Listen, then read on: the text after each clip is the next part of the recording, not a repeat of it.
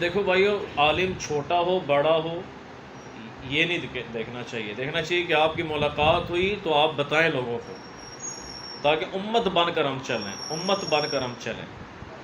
تو مفتی حنیف قریشی صاحب نے بڑی ماشاءاللہ محبت دی، یقین مانیں. مجھے بتائیں جن بزرگوں کے بارے میں آپ کلیم کر رہے ہیں انہوں نے قرآن کی کون سی تفسیر لکھی ہے؟ جی کون سی حدیث کا کتاب کا ترجمہ فارسی میں کر دیا ہے؟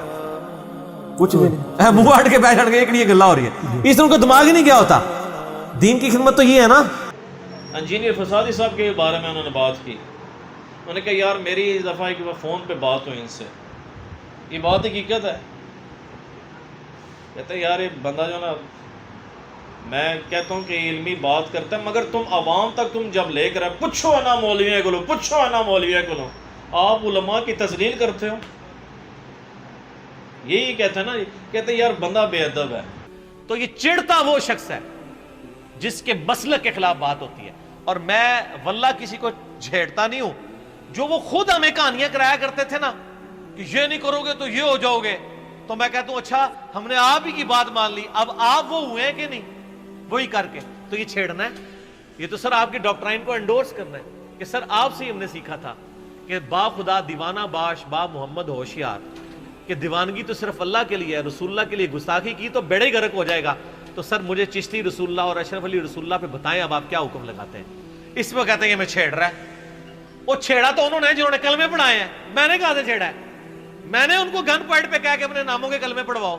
مگر انہوں نے کہا جو علمی باتیں کرتا ہے میں اس سے متفق ہوں، مگر اپنی منواتا ہے.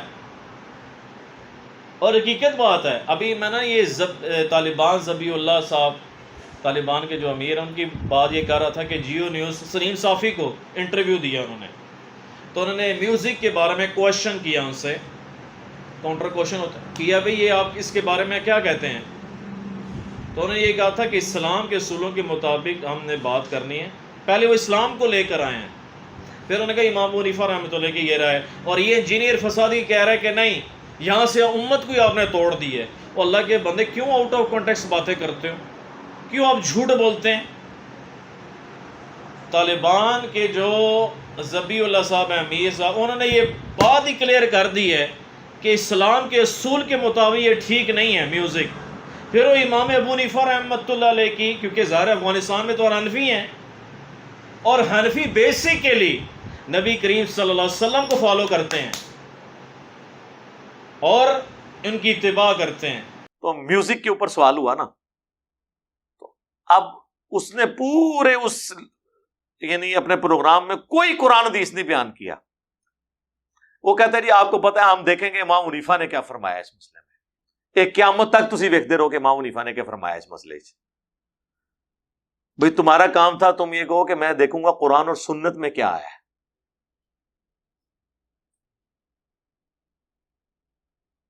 آپ نے پہلی بات کر کے امت کو توڑ دیا.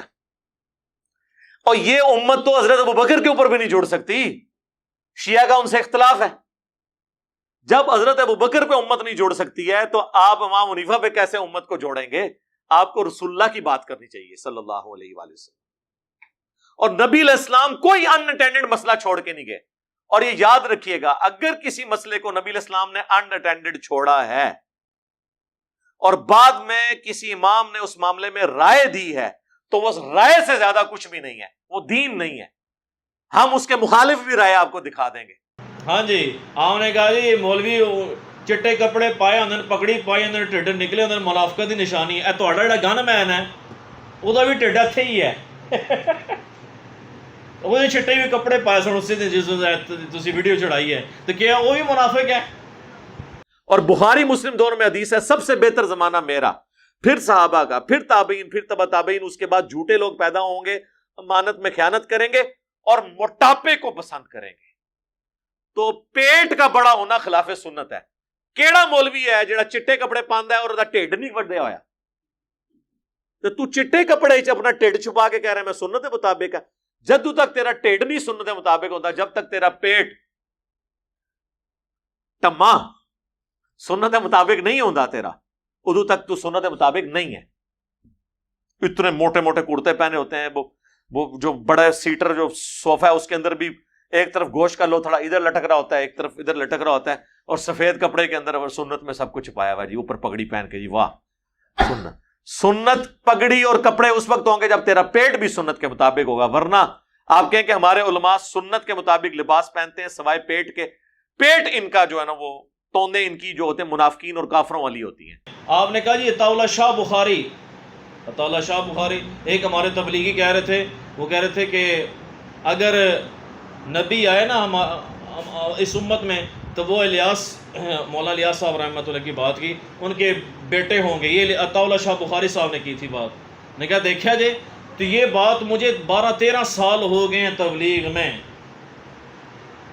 مجھے 12-13 سال ہو گئے تبلیغ میں، آج تک یہ بات نہیں کی انہوں نے۔ اور آگے لکھا ہے کہ بالفرض اگر اس امت میں کوئی نبی ہوتا تو فقہ حنفی کے مطابق عمل کرتا، یہ بھی لکھا ہے نال، فقہ حنفی میں سے ہوتا۔ وہ جو حضور نے فرمایا تھا نا اگر کوئی نبی ہوتا تو عمر ہوتا، وہ تو تھا حدیث میں، یہ حدیث کو تو مانتے نہیں نا یہ ترمذی کی، وہ کہتے ہیں ان کے بعد ان کو چھوڑ دیں۔